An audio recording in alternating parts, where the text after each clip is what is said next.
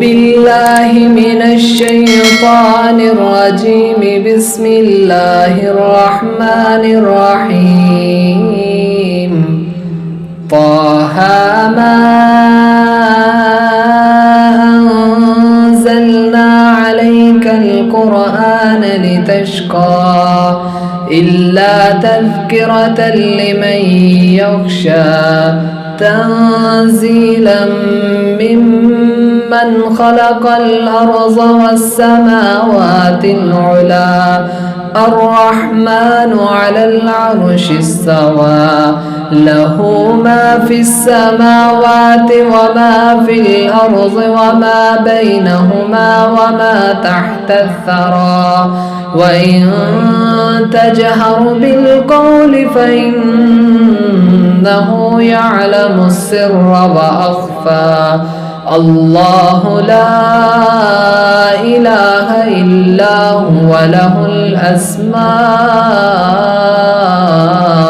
الحسنى.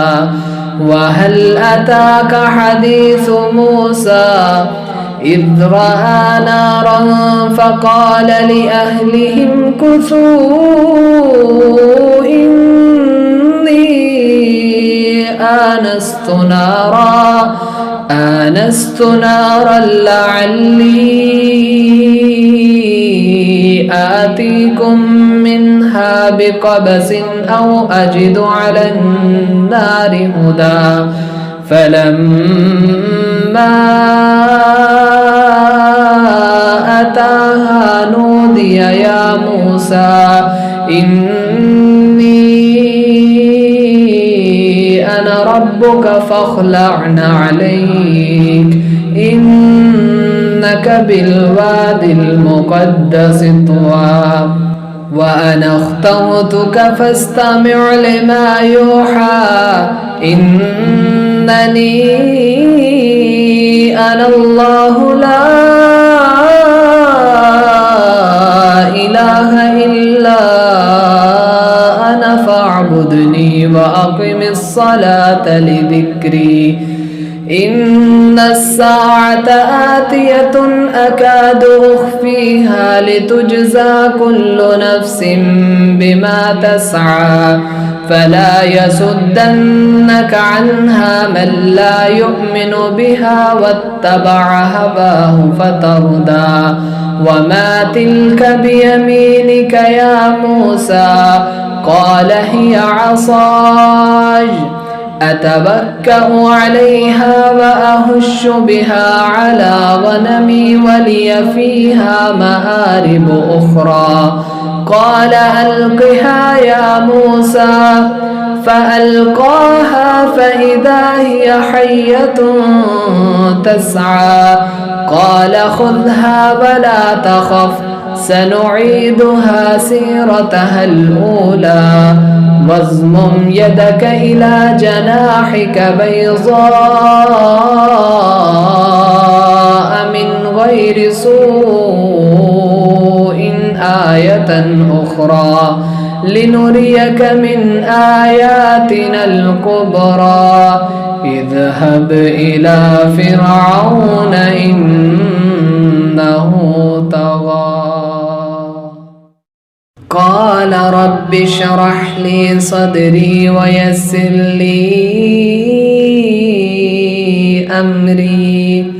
واحلل عقدة من لساني يفقه قولي واجعل لي وزيرا من أهلي هارون أخي اشدد به أزري وأشركه في أمري كي نسبحك كثيرا ونذكرك كثيرا إنك كنت بنا بصيرا. قال قد أوتيت سؤلك يا موسى ولقد مننا عليك مرة أخرى إذ أوحينا إلى أمك ما يوحى أن اقذفيه في التابوت فاقذفيه في اليم فليلقه اليم بالساحل يأخذه عدو لي وعدو له وألقيت عليك محبة مني ولتصنع على عيني إذ تمشي أختك فتقول هل أدلكم على من يكفله فرجعناك إلى أمك كي تقر عينها ولا تحزن وقتلت نفسا فنجيناك من الغم وفتناك فتونا فلبثت سنين في أهل مدين ثم جئت على قدري يا موسى واصطنعتك لنفسي اذهب أنت وأخوك لآياتي ولا تني في ذكري اذهبا إلى فرعون إنه طغى فقولا له قولا لينا لعله يتذكر أو يخشى قال ربنا إننا نخاف أن يفرط علينا أو أن يطغى قال لا تخافا إنني معكما أسمع وأرى فأتياه فقولا إنا رسولا ربك فأرسل معنا بني إسرائيل ولا تعذبهم قد جئناك بآية من ربك والسلام على من اتبع الهدى إنا قد أوحي إلينا أن العذاب على من كذب وتولى قال فمن ربكما يا موسى قال ربنا الذي أعطى كل شيء خلقه ثم هدى قال فما بال القرون الأولى قال علمها عند ربي في كتاب لا يضل ربي ولا ينسى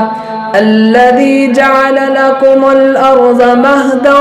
وسلك لكم فيها سبلا وأنزل من السماء ماء فأخرجنا به أزواجا من نبات شتى كلوا وارعوا أنعامكم إن في ذلك لآيات لأولي النهى منها خلقناكم وفيها نعيدكم ومنها نخرجكم تارة أخرى ولقد أريناه آياتنا كلها فكذب وعبا قال أجئتنا لتخرجنا من أرضنا بسحرك يا موسى فلنأتينك بسحر مثله فاجعل بيننا وبينك موعدا لا نخلفه نحن ولا أنت مكانا سوى قال موعدكم يوم الزينة وأن يحشر الناس ضحى فتولى فرعون فجمع كيده ثم أتى قال لهم موسى ويلكم لا تفتروا على الله كذبا فيسحتكم بعذاب وقد خاب من افترى فتنازعوا أمرهم بينهم وأسروا النجوى قالوا إن هذان لساحران يريدان أن يخرجاكم من أرضكم بسحرهما ويذهبا بطريقتكم المثلى فأجمعوا كيدكم ثم أتوا صفا وقد أفلح اليوم من استعلى قالوا يا موسى إما أن تلقي وإما أن نكون أول من ألقى قال بل ألقوا فإذا حبالهم وعصيهم يخيل إليه من سحرهم أنها تسعى فأوجس في نفسه خيفة موسى قلنا لا تخف إنك أنت الأعلى وألق ما في يمينك تلقف ما صنعوا إنما صنعوا كيد ساحر ولا يفلح الساحر حيث أتى فألقي السحرة سجدا قالوا آمنا برب هارون وموسى قال آمنتم له قبل أن آذن لكم إنه لكبيركم الذي علمكم السحر فلأقطعن أيديكم وأرجلكم من خلاف ولأصلبنكم في جذوع النخل ولتعلمن أينا أشد عذابا وأبقى قالوا لن نؤثرك على ما جاءنا من البينات والذي فطرنا فاقض ما أنت قاض إنما تقضي هذه الحياة الدنيا إنا آمنا بربنا ليغفر لنا خطايانا وما أكرهتنا عليه من السحر والله خير وأبقى إنه من يأت ربه مجرما فإن له جهنم لا يموت فيها ولا يحيا ومن يأته مؤمنا قد عمل صالحات فأولئك لهم الدرجات العلى جنات عدن تجري من تحتها الأنهار خالدين فيها وذلك جزاء من تزكى ولقد أوحينا إلى موسى أن أسر بعبادي فاضرب لهم طريقا في البحر يبسا لا تخاف دركا ولا تخشى فأتبعهم فرعون بجنوده فغشيهم من اليم ما غشيهم وأضل فرعون قومه وما هدى يا بني إسرائيل قد أنجيناكم من عدوكم وواعدناكم جانب الطور الأيمن ونزلنا عليكم المن والسلوى كلوا من طيبات ما رزقناكم ولا تطغوا فيه فيحل عليكم غضبي ومن يحلل عليه غضبي فقد هوى وإني لغفار لمن تاب وآمن وعمل صالحا ثم اهتدى وما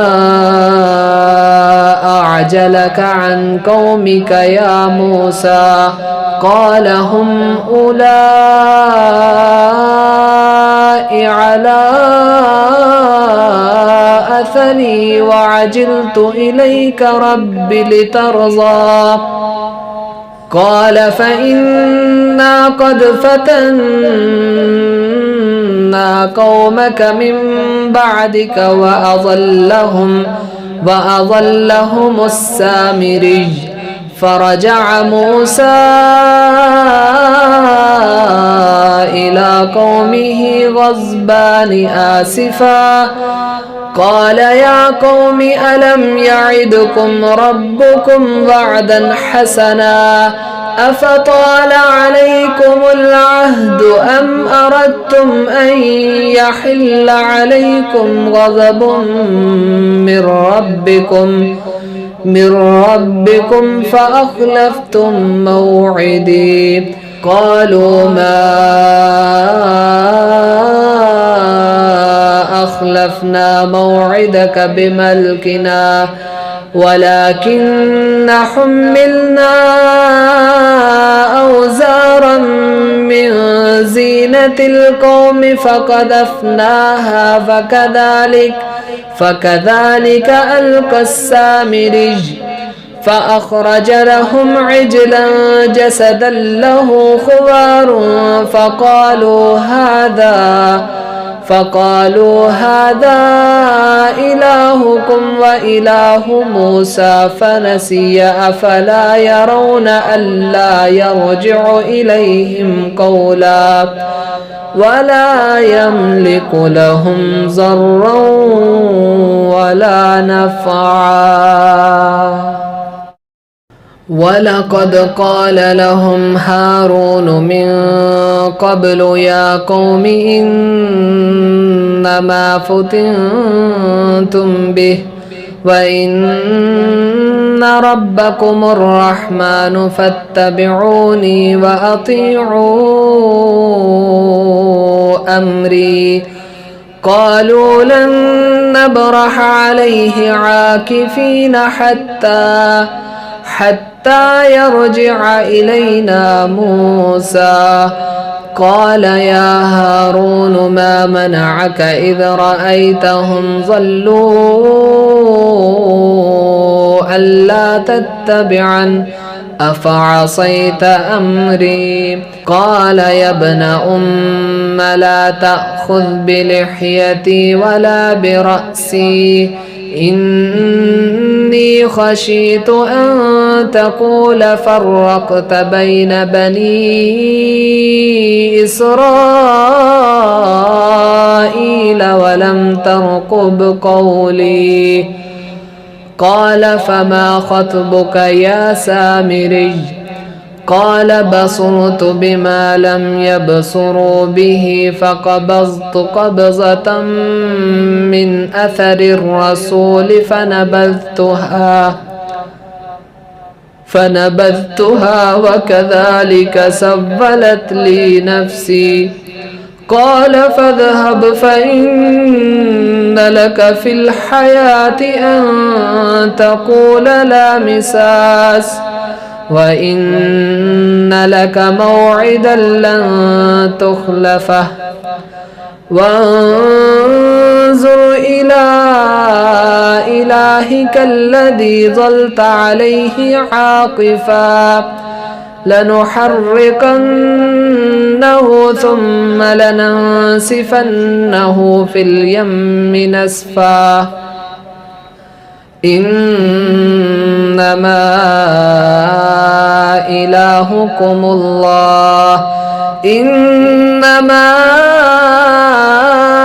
إلهكم الله الذي لا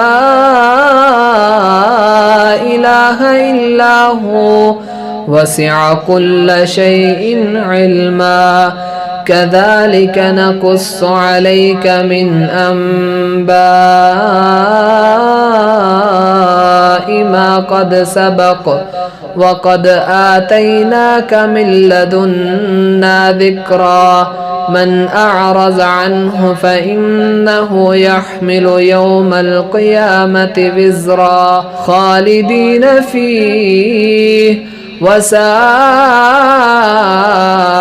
لهم يوم القيامة حملا يوم ينفخ في الصور ونحشر المجرمين يومئذ زرقا يتخافتون بينهم إن لبثتم إلا عشرا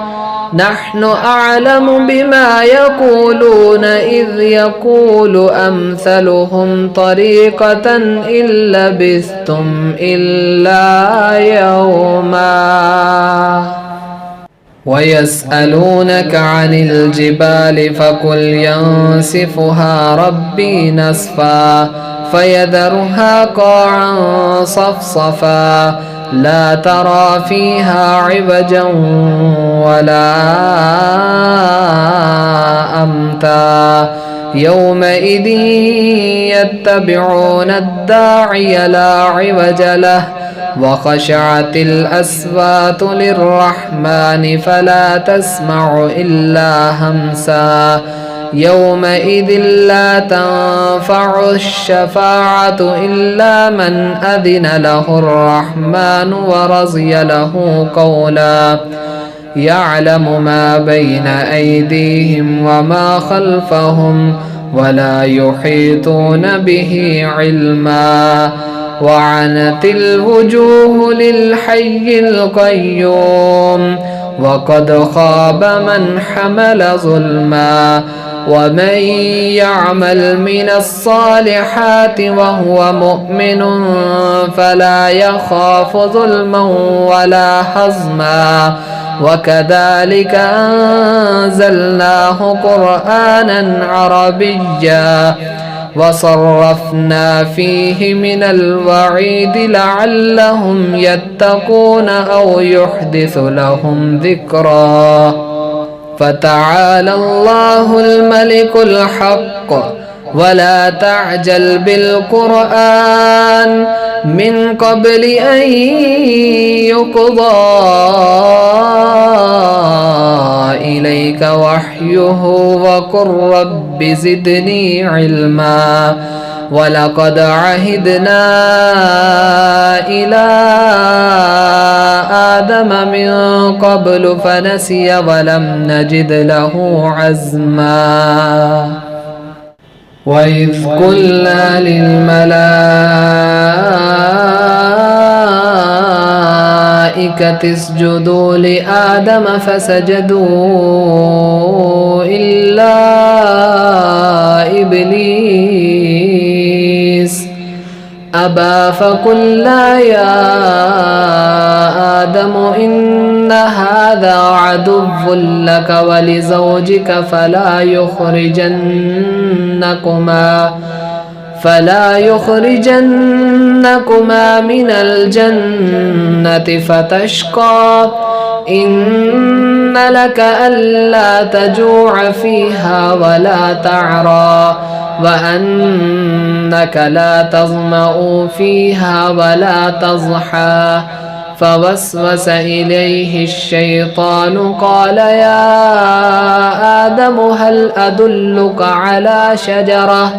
على شجرة الخلد وملك لا يبلى فأكلا منها فبدت لهما سوآتهما وطفقا يخصفان عليهما من ورق الجنة وعصى آدم ربه فغوى ثم اجتباه ربه فتاب عليه وهدى قال اهبطا منها جميعا بعضكم لبعض عدو فإما يأتينكم مني هدى فمن اتبع هداي فلا يضل ولا يشقى ومن أعرض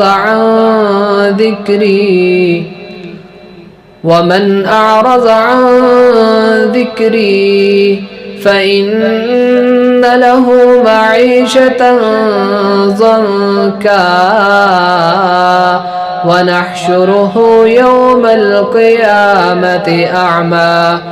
قال رب لم حشرتني أعمى وقد كنت بصيرا قال كذلك أتتك آياتنا فنسيتها وكذلك اليوم تنسى وكذلك نجزي من أسرف ولم يؤمن بآيات ربه ولعذاب الآخرة أشد وأبقى أفلم يهد لهم كم أهلكنا قبلهم من القرون يمشون في مساكنهم إن في ذلك لآيات لأولي النهى ولولا كلمة سبقت من ربك لكان لزاما وأجل مسمى فاصبر على ما يقولون وسبح بحمد ربك قبل طلوع الشمس وقبل غروبها ومن آناء الليل فسبح وأطراف النهار لعلك ترضى ولا تمدن عينيك إلى ما متعنا به أزواجا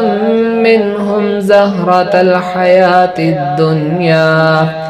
لنفتنهم فيه ورزق ربك خير وأبقى وأمر أهلك بالصلاة واصطبر عليها لا نسألك رزقا نحن نرزقك والعاقبة للتقوى وقالوا لولا يأتينا بآية من ربه أولم تأتهم بينة ما في الصحف الأولى ولو أنا أهلكناهم بعذاب من قبله لقالوا ربنا لولا أرسلت إلينا رسولا فنتبع آياتك من قبل أن نذل ونخزى قل كل متربص فتربصوا فستعلمون من أصحاب الصراط السوي ومن اهتدى.